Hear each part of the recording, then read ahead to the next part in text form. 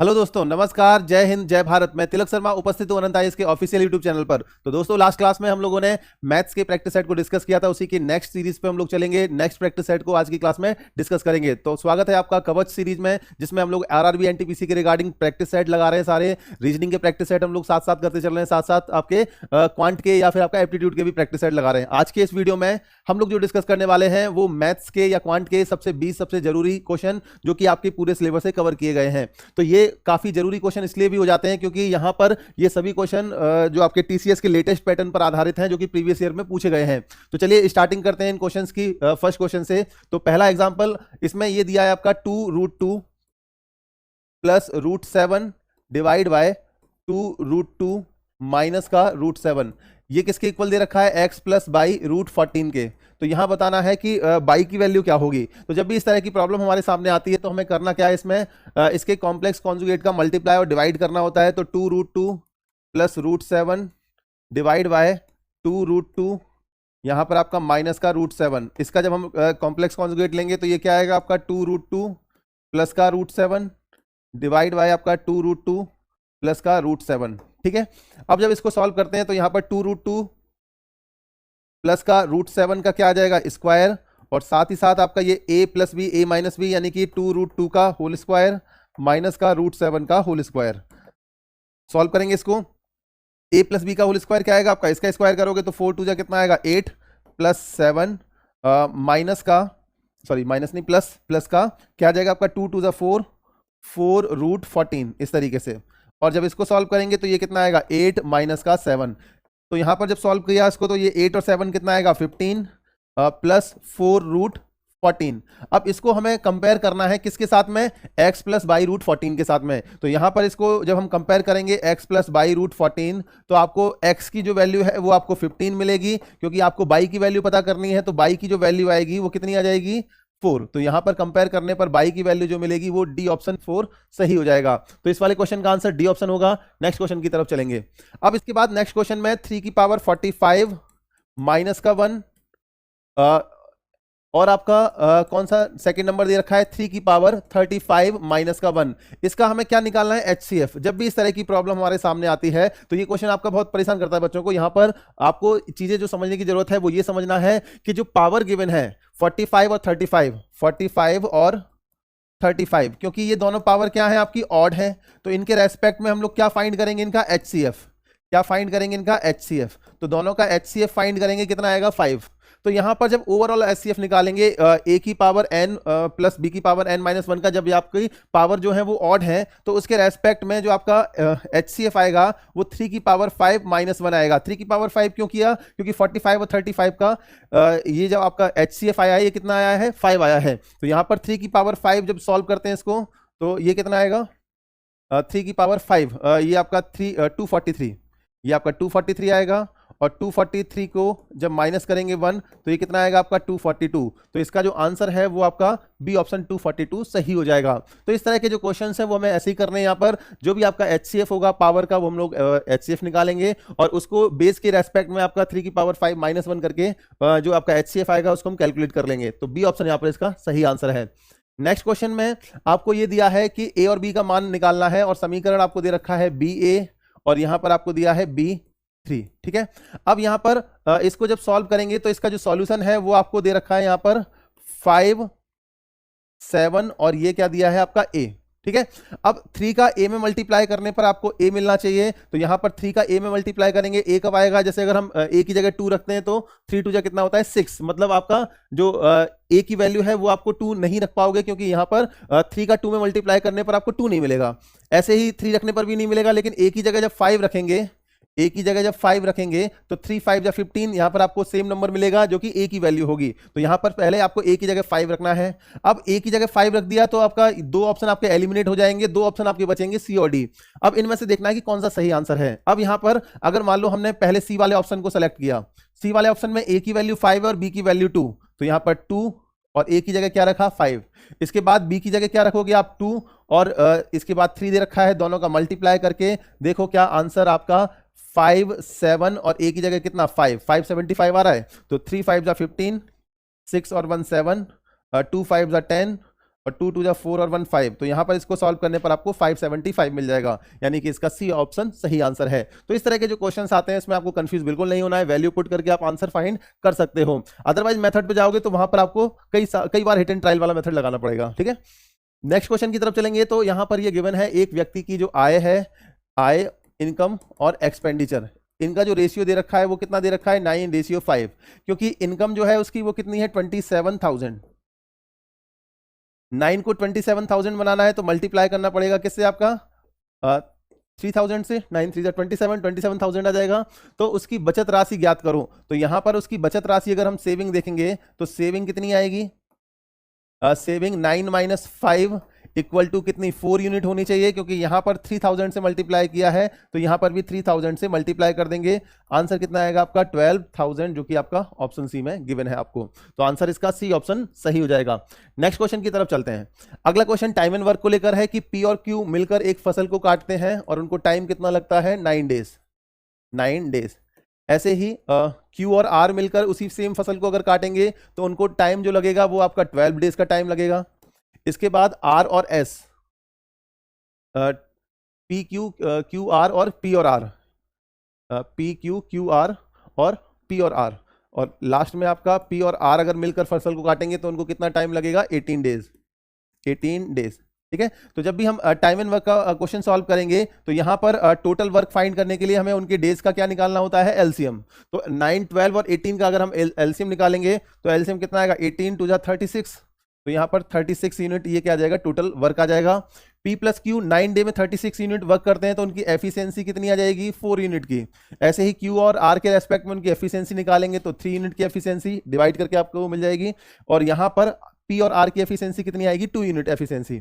अब उन्हें अगर तीनों मिलकर एक साथ काम करते हैं तो उन्हें खेत काटने में कितने फसल काटने में कितना समय लगेगा।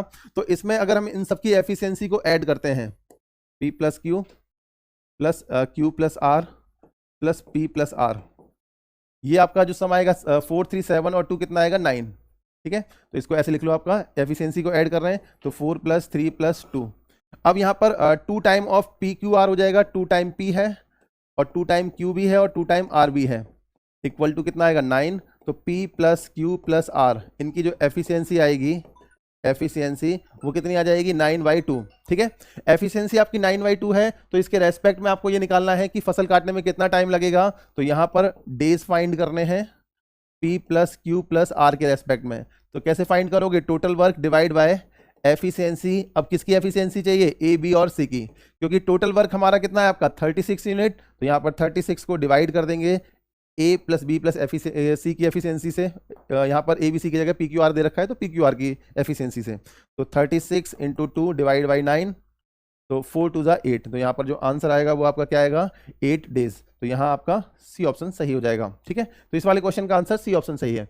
इसके बाद अगले क्वेश्चन की तरफ चलेंगे। विकास अपने वेतन का 20% 80% खर्च कर देता है। तो यहाँ पर विकास की मान लो इनकम, एक्सपेंडिचर और सेविंग के रेस्पेक्ट में अगर हम इक्वेशन लिखेंगे तो यहाँ पर अगर विकास 100 रुपये कमा रहा है तो उसमें से 100% अगर 100 रुपीज़ अगर कमाता है तो 80% वो खर्च कर रहा है। तो यहाँ पर अगर वो 80 रुपये खर्च करता है तो उसकी सेविंग कितनी आएगी, 20 रुपीज़ की।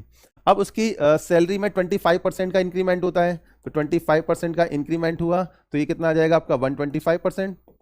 अब यहाँ पर 125% आपका सैलरी हो जाएगी, इनकम हो जाएगी। तो यहाँ जो आपका एक्सपेंडिचर है उसमें आपका 15% का इंक्रीमेंट होगा। तो यहाँ पर 15% का इंक्रीमेंट होगा। 80 का 15% अगर हम फाइंड करेंगे 15/100, तो ये 4 टाइम, ये 5 टाइम और ये 3 टाइम, तो 80 और 12 कितना आएगा आपका 92। ठीक है, तो 92 आपका ये इसका एक्सपेंडिचर होगा। और इसकी अगर हम सेविंग की बात करेंगे तो 125 में से 92 को आपको माइनस करना है, परसेंटेज नहीं आपका, वैल्यू के टर्म्स में लिख लो इसको। तो 125 माइनस का 92 करोगे तो ये आपका 33 आ जाएगा। ठीक है, तो पहले सेविंग कितनी थी आपका 20 यूनिट की, अब 33 यूनिट की आपकी सेविंग हो जाती है। तो यहाँ पर आपका इंक्रीमेंट निकालना है परसेंटेज में। ठीक है, सेविंग का। तो 20 से 33 के रेस्पेक्ट में कितने की आपका इंक्रीमेंट होता है, 13 का। पुरानी सेविंग 20 के रेस्पेक्ट में मल्टीप्लाई बाय 100, तो ये कितना 5 टाइम कैंसिल हो जाएगा, ये आपका कितना आ जाएगा 65 65%। तो इस क्वेश्चन का जो आंसर है वो डी ऑप्शन 65% सही हो जाएगा। तो इस तरह के क्वेश्चन अक्सर कर आपके पूछे जाते हैं प्रॉफिट एंड लॉस को लेकर। नेक्स्ट क्वेश्चन में दे रखा है कि कितने वर्षों में 1600 रुपए की राशि चक्रवृद्धि ब्याज की दर से 15% वार्षिक दर पर 2116 हो जाएगी। तो यहाँ पर अगर हम बात करें टोटल अमाउंट की, तो टोटल अमाउंट कितना है 2116, प्रिंसिपल अमाउंट 1600, प्रिंसिपल अमाउंट दे रखा है आपको 1600, 1 प्लस रेट आपका 15/100 की पावर n। ठीक है, अब यहाँ पर इसको आपका 5 से 3 टाइम और ये 20। अब यहाँ पर 2116 डिवाइड बाय आपका 1600, ये आपका कितना आ जाएगा 23/20 की पावर n। अब यहाँ पर अगर हम बात करें तो ये 2116 और ये इसको अगर हम 4 से डिवाइड करेंगे तो 5 20 और आपका ये 9। ठीक है, और ये 4 से डिवाइड करेंगे तो 400।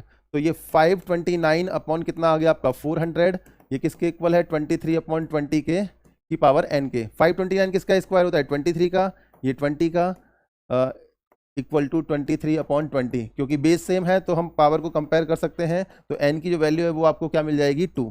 तो इसमें जो टाइम आएगा वो आपका ईयर के रेस्पेक्ट में कितना आएगा 2 ईयर। तो बी ऑप्शन यहाँ पर इसका सही आंसर है।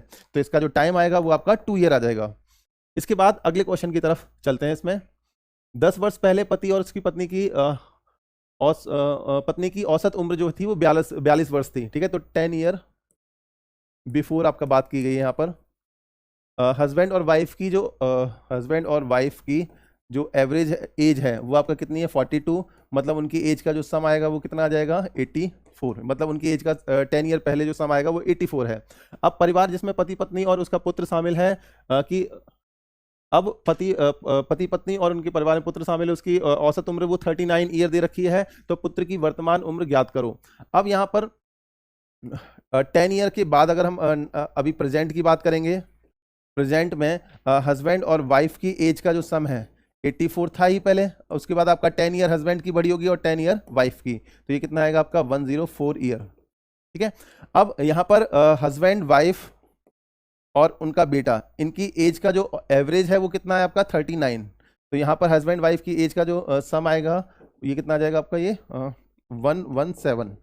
ठीक है, अब यहाँ पर ये 104 आ गया प्लस सन की एज इक्वल टू 117। तो सन की एज कितनी आएगी 117 माइनस का 104, तो यहाँ पर कितना आएगा आपका ये 13 ईयर। तो इस क्वेश्चन का जो आंसर है वो आपका बी ऑप्शन 13 ईयर सही हो जाएगा। तो एज रिलेटेड प्रॉब्लम में इसी तरह के क्वेश्चन पूछे जाते हैं, क्योंकि 10 ईयर पहले की बात की गई थी, उसके 10 साल बाद अगर हम उनकी एज कैलकुलेट करेंगे तो हस्बैंड की एज भी 10 साल बढ़ जाएगी और वाइफ की एज भी 10 साल बढ़ जाएगी। तो उनकी एज का सम 104 हो जाता है प्रेजेंट में।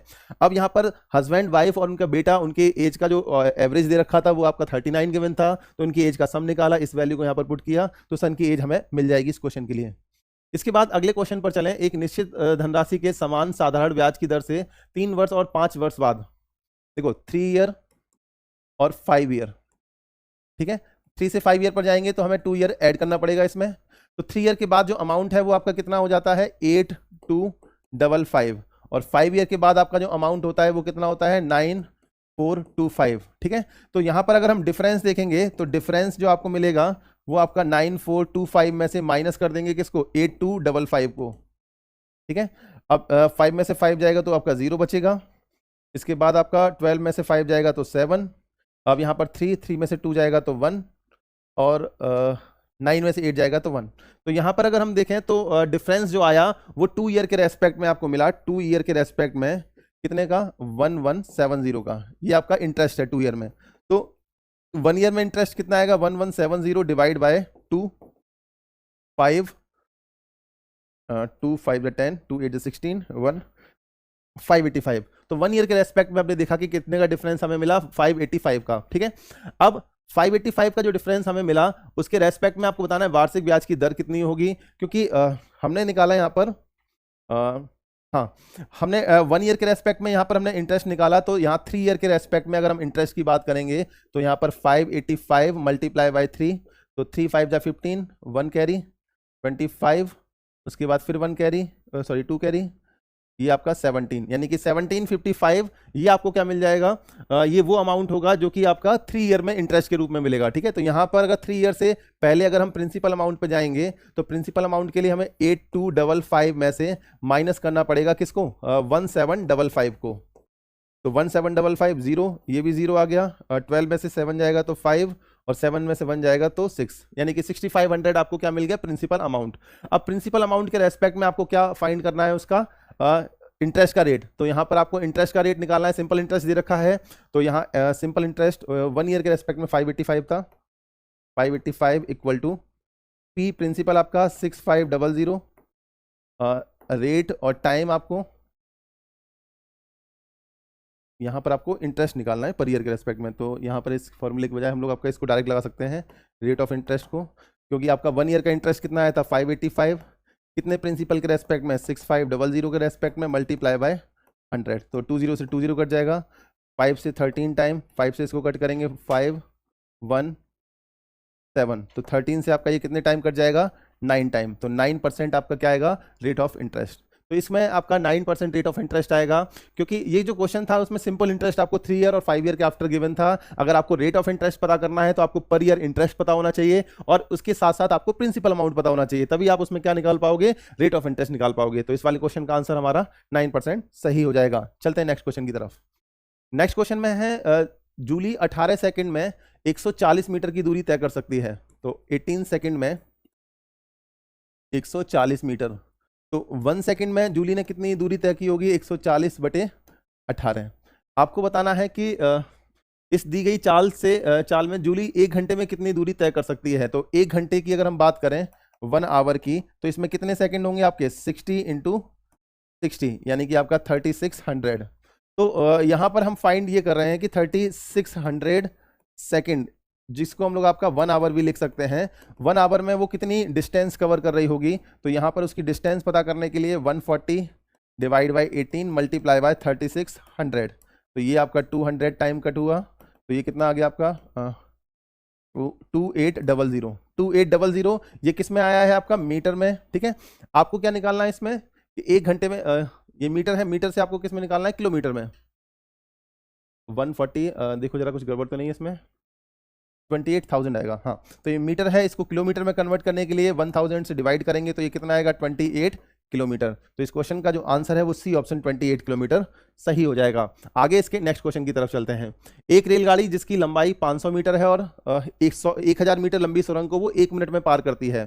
तो यहाँ पर अगर हम बात करें रेलगाड़ी की गति क्या है, तो यहाँ स्पीड की अगर हम बात करें, स्पीड इक्वल टू क्या होता है, डिस्टेंस अपॉन टाइम। क्योंकि रेलगाड़ी है उसकी लेंथ आपको गिवन है 500 मीटर, उसके बाद सुरंग की जो लेंथ है वो आपका 1000 मीटर गिवन है आपको, और उसको जो टाइम लगता है वो कितना लग रहा है आपका 1 मिनट। 1 मिनट को हम आपका सेकंड में कन्वर्ट कर सकते हैं 60 से मल्टीप्लाई करके, ये आपका सेकंड में हमने कन्वर्ट कर दिया। ठीक है, और ये टोटल किस में आएगा आपका मीटर में, मतलब मीटर पर सेकंड में हमें स्पीड मिलेगी इससे। तो ये आपका 1500 डिवाइड बाय 60, तो ये कितना आएगा आपका 25 मीटर पर सेकंड। अब इसको हमें किलोमीटर पर आवर में कन्वर्ट करना है, तो हमें क्या करना पड़ेगा, इसको 18/5 से डिवाइड, तो ये आपका कितना आ जाएगा 90 किलोमीटर पर आवर। ये कन्वर्जन आपको आना चाहिए, अदरवाइज आपका ये क्वेश्चन सही नहीं होगा। तो आंसर इसका क्या आएगा, बी ऑप्शन 90 किलोमीटर पर। इसके बाद हम लोग चलते हैं नेक्स्ट क्वेश्चन की तरफ। तो इस क्वेश्चन में आपको ये गिवन है कि किसी एक समबाहु त्रिभुज की भुजा 4 यूनिट है। तो यहाँ पर कोई भी एक समबाहु त्रिभुज गिवन है। समबाहु त्रिभुज कौन सा होता है, जिसकी सारी भुजाएं इक्वल होंगी। ये अगर ए है तो ये भी ए और ये भी ए। अब समबाहु त्रिभुज की अगर हम एरिया को लेकर बात करें, तो एरिया को लेकर हमने इसका एक फॉर्मूला पढ़ा है, एरिया इक्वल टू √3/4 इंटू भुजा का स्क्वायर, भुजा का स्क्वायर, ये हमने फॉर्मूला पढ़ा है। तो यहाँ पर अगर हम √3/4 यहाँ पर पुट किया हमने, ठीक है, इंटू अगर भुजा की बात करें तो जो भुजा है वो कितनी है, 4 यूनिट। तो सारी भुजाएं आपका सेम है क्योंकि समबाहु त्रिभुज है, तो ये 4 का स्क्वायर, 4 से 4 कैंसिल हो जाएगा, तो इसका जो आंसर आएगा वो क्या आएगा 4√3। तो बी ऑप्शन यहाँ पर सही हो जाएगा। काफी आसान सा क्वेश्चन था। आगे इसके नेक्स्ट क्वेश्चन की तरफ चलेंगे। आगे इसमें गिवन है 6 संख्याओं का औसत 16 है, उनमें से अगर एक संख्या को निकाल दिया जाता है तो शेष संख्याओं का औसत 17 प्राप्त होता है। तो यहां पर 5 संख्याएं और इसके साथ साथ एक छठी संख्या, यानी कि आपका 6 नंबर, इनका जो औसत दे रखा है आपको क्या दे रखा है 16। क्योंकि इसमें यह बोला गया है कि एक संख्या को निकाल दिया जाता है तो 5 संख्याओं का जो औसत है वो कितना प्राप्त होता है 17। अब 5 संख्याओं का जो औसत प्राप्त हो रहा है वो कितना प्राप्त हो रहा है 17। अब इस 17 की जो ये 17 है ये 16 से क्या है कम है या ज्यादा। यहां पर हमें देखेंगे कि 17 ज्यादा है 16 से कितना, एक, कितने नंबर के रेस्पेक्ट में, 5 के रेस्पेक्ट में। तो यहां पर इस 17 औसत की वजह से +5 का डिफरेंस क्रिएट होता है, क्योंकि छठा नंबर था वो आपका 16 हो सकता था, क्योंकि सारे नंबर अगर 16 होते तो एवरेज आपका 16 आ जाता। लेकिन यहां पर ये डिफरेंस क्रिएट होने की वजह से ये जो 16 है ये डिस्टर्ब होगा। इसको बैलेंस करने के लिए ये +5 किस में कन्वर्ट हो जाएगा, -5 में। तो इसका जो आंसर आएगा वो क्या आएगा, 11। तो 6th वाला नंबर हमें पता करना था, इसका आंसर आपका डी ऑप्शन 16 सही हो जाएगा। ये ट्रिक है जो कि हमने एवरेज के अंदर पढ़ी थी। अगर आपको नहीं ये समझ में आ रही है तो इसको जाके आप लेक्चर में देखना, प्लेलिस्ट में आपका वो लेक्चर पड़ा हुआ है। आगे इसके नेक्स्ट लेक्चर की, नेक्स्ट आपके क्वेश्चन की अगर हम लोग बात करें तो यहां पर गोले के आयतन की बात की जा रही है। गोले का आयतन, ठीक है, गोले का आयतन क्या होता है आपका 4/3 पाई आर क्यूब। ठीक है, अब यहां पर उनके अगर हम वक्र पृष्ठ के क्षेत्रफल की बात करें, वक्र पृष्ठ के क्षेत्रफल की, तो वक्र पृष्ठ का क्षेत्रफल क्या रहेगा इसका 4 pi R square. 4 pi R square ये वक्र पृष्ठ का क्षेत्रफल रहेगा। अगर यहां पर अगर हम एरिया की बात करते हैं, वक्र पृष्ठ का जो एरिया है इसको हम कर्व सरफेस एरिया बोलते हैं। कर्व सरफेस एरिया सेकंड वाले गोले का, इनका जो रेशियो है 4 पाई r1 square divide by 4 pi r2 square, और ये रेशियो कितना गिवन है आपको 1/4। 4 से 4 कट जाएगा, पाई से पाई, तो यहां पर आपको r1/r2 जो मिलेगा वो क्या मिलेगा, आपका रूट में 1/4, इसको क्या लिखेंगे 1/2। तो यहां दोनों गोले की जो रेडियस है उसका रेशियो आपको मिल गया 1:2। अब इसको हमें उनके आयतन के लिए अप्लाई करना है। तो वॉल्यूम 1 यानी कि पहले गोले का वॉल्यूम और दूसरे गोले का वॉल्यूम, इनके बीच में अगर रेशियो देखेंगे तो 4/3 पाई आर क्यूब, और यहां पर भी आपका 4/3 पाई आर क्यूब। 4/3 से 4/3, पाई से पाई कैंसिल हो गया, यहाँ r1 cube upon r2 cube. तो r1/r2 का यहां पर हमें क्या करना है, क्यूब करना है। r1/r2 कितना आपने फाइंड किया है 1/2, इसका क्यूब करेंगे तो ये कितना आएगा 1/8। क्या लिखेंगे इसको 1:8। आंसर क्या आ जाएगा आपका, सी ऑप्शन इसका सही आंसर हो जाएगा।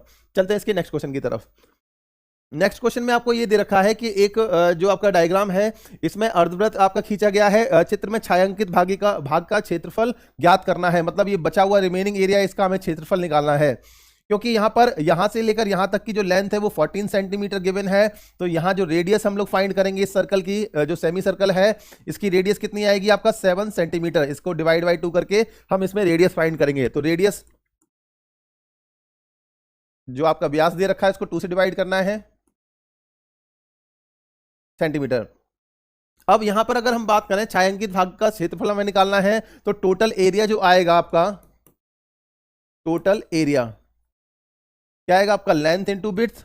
लेंथ आपकी जो टोटल है वो 14 है, और बिड्थ की अगर हम बात करें तो बिड्थ कितनी है 10, कितना आएगा आपका 140 सेंटीमीटर स्क्वायर। इसके बाद हम अगर बात करते हैं एरिया ऑफ सेमी सर्कल, तो टोटल जो आपके कंप्लीट सर्कल का एरिया होता है वो पाई आर स्क्वायर होगा। तो इसका एरिया क्या होता है पाई आर स्क्वायर का हाफ, 22/7 डिवाइड बाई 2 आपका 7 से मल्टीप्लाई में आ जाएगा। आर का स्क्वायर, आर कितना है 7, आर का स्क्वायर। अब देखो इसमें क्या कैंसिल हो जाएगा, 11 टाइम 7 से 7, 11 7 जा कितना आएगा आपका 77, किस में आपका सेंटीमीटर स्क्वायर में। अब आपको क्या है रिमेनिंग एरिया निकालना था। यहां पर रिमेनिंग एरिया हमें फाइंड करना है।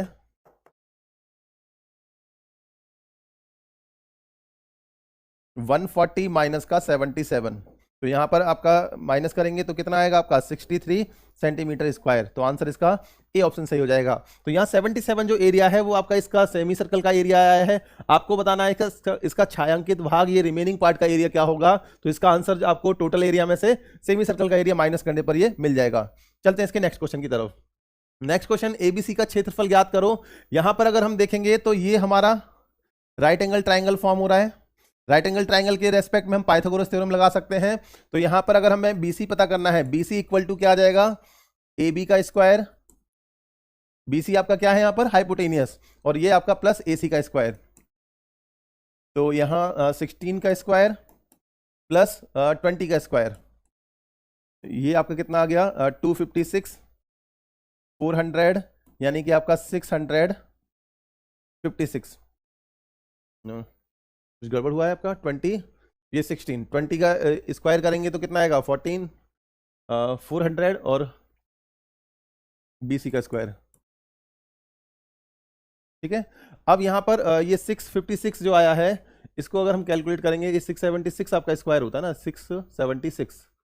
ये इसमें आपका ABC का क्षेत्रफल हमें निकालना है, ट्राइंगल ABC का। तो यहाँ पर BC हमें फाइंड करने की जरूरत नहीं है, क्योंकि यहाँ आपको ABC का एरिया फाइंड करना है, ट्राइंगल ABC का। सर्कल के एरिया की बात नहीं की गई है, तो ट्राइंगल का ABC का एरिया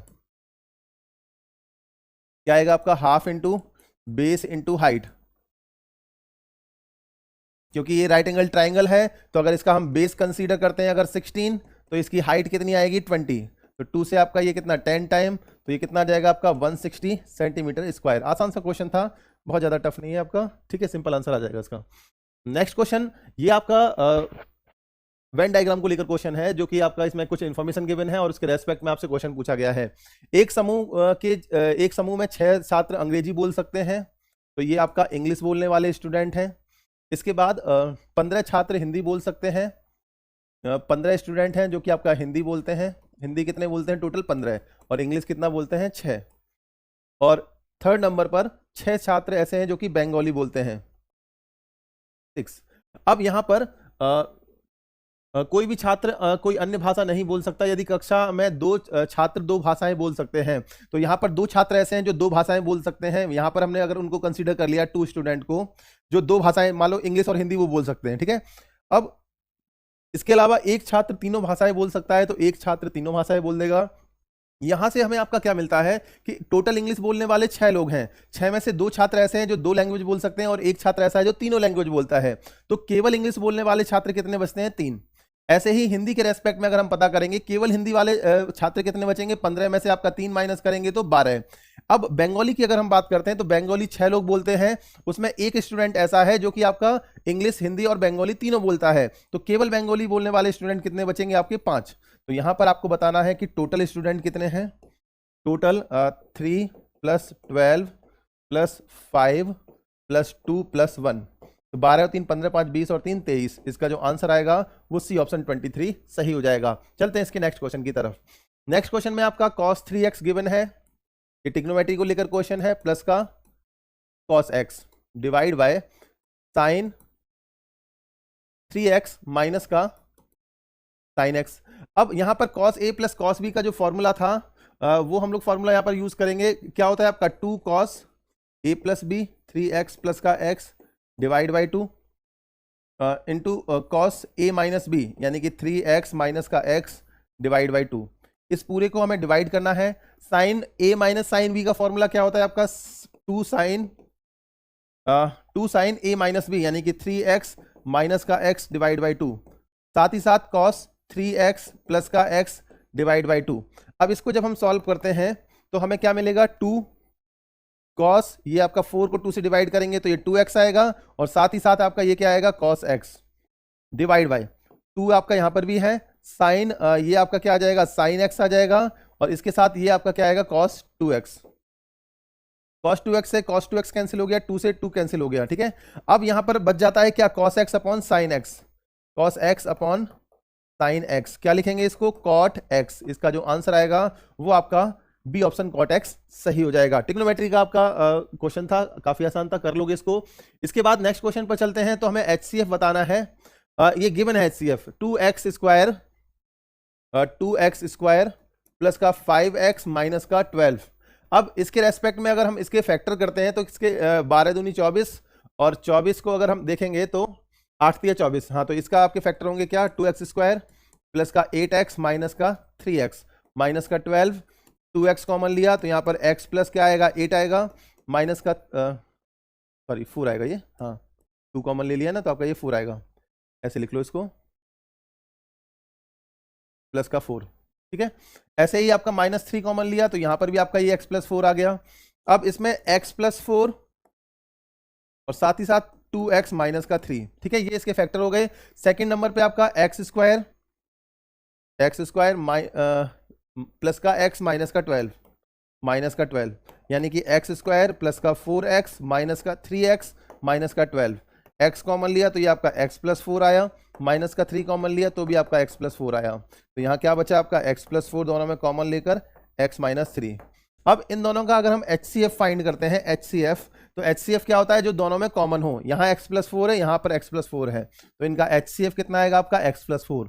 जबकि क्वेश्चन में आपका जो HCF दिया है वो आपको क्या दे रखा है, x प्लस a दिया है। आपको इसमें a की वैल्यू बतानी है। a को जब कंपेयर करेंगे तो a की वैल्यू हमें क्या मिल जाएगी, 4, जो कि आपको सी ऑप्शन में गिवन है। तो आपको यहाँ पर फैक्टर करने हैं, उसके बाद HCF फाइंड करना है, उसको कंपेयर कर लेना है। आगे इसके लास्ट क्वेश्चन की तरफ चलेंगे। दो मीनारों के बीच की क्षैतिज दूरी 14√3 है। तो दो मीनार हैं आपकी इस तरीके से, इनके बीच की दूरी कितनी है आपका, 40√3। पहली मीनार की चोटी का अवनमन कोण दूसरी मीनार के शीर्ष से देखने पर, दूसरी मीनार के शीर्ष से देखने पर 30 डिग्री का आता है। तो यहां से आपका अगर देखेंगे तो ये कितना आएगा आपका, 30 डिग्री का आएगा। ठीक है, ये कितने का आता है, 30 डिग्री का आता है। यदि दूसरी मीनार की ऊंचाई 130 मीटर है, पहली मीनार की चोटी का अवनमन कोण दूसरी मीनार के शीर्ष से देखने पर, दूसरी मीनार से, हाँ, यदि दूसरी मीनार की ऊंचाई 130 मीटर है, तो यहां पर आपका जो ऊंचाई दे रखी है वो कितनी है, 130 मीटर। तो टोटल ऊंचाई आपका 130 मीटर दे रखी है। इसको अगर हम x मानेंगे तो ये 130 माइनस का x, इस तरह से। ठीक है, अब ये 130 माइनस x, तो ये भी 130 माइनस का x गिवन है। तो पहले मीनार की ऊंचाई ज्ञात करो। ये आपका 40√3 है, तो इसके पैरेलल ये भी आपका 40√3 हो जाएगा। ये एंगल कितना है आपका, 30 डिग्री। अब ये इसके रेस्पेक्ट में अगर हम इसको कैलकुलेट करेंगे तो कैसे कैलकुलेट करेंगे इसको, हाँ, पहली मीनार की ऊंचाई ज्ञात करनी है। इसमें पहली मीनार की ऊंचाई ज्ञात करो, यानी कि इसकी हमें ऊंचाई, हाइट बतानी है। x की वैल्यू पता लग जाएगी तो इसकी हाइट भी पता लग जाएगी। तो सबसे पहले यहाँ पर अगर हम इसमें tan 30 डिग्री को कैलकुलेट करें, tan 30 डिग्री क्या होता है आपका, परपेंडिकुलर अपॉन बेस। तो यहाँ पर परपेंडिकुलर x है और बेस कितना है आपका, 40√3।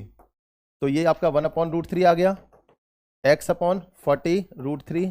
तो √3 से √3 कैंसिल हो गया, तो x की वैल्यू कितनी आ गई आपकी, 40। x की वैल्यू 40 आ गई। तो पहली मीनार की जो ऊंचाई है, फर्स्ट मीनार, ये फर्स्ट वाली मीनार है और ये सेकंड वाली। पहली मीनार की जो ऊंचाई है, हाइट, वो कितनी है आपका, 130 माइनस का x। तो 130 में यहां पर आपको क्या माइनस करना है, जो कि आपका रिजल्ट आया x की वैल्यू 40। तो कितना आंसर आएगा यहां पर, 90 मीटर। तो इसका आंसर बी ऑप्शन आपका सही हो जाएगा। तो ये क्वेश्चन आपके जो आज की क्लास में कराए गए हैं, चाहे वो ट्रिग्नोमेट्री को लेकर भी आपका रिसेंटली देखा गया है कि लास्ट आपके 2020 वाली जो शिफ्ट 2 का एग्जाम हुआ था स्टेज 1 में, वहां पर आपके क्वेश्चन काफी ट्रिग्नोमेट्री को लेकर भी देखे गए थे। ऐसा नहीं ट्रिग्नोमेट्री पूछी नहीं जाती। तो इन क्वेश्चन को अच्छे से प्रैक्टिस करेंगे। इसके नेक्स्ट सेट में हम लोग नेक्स्ट 20 जो आपके क्वालिटी MCQ उनके साथ में मिलेंगे। तब तक के लिए नमस्कार, जय हिंद, जय भारत।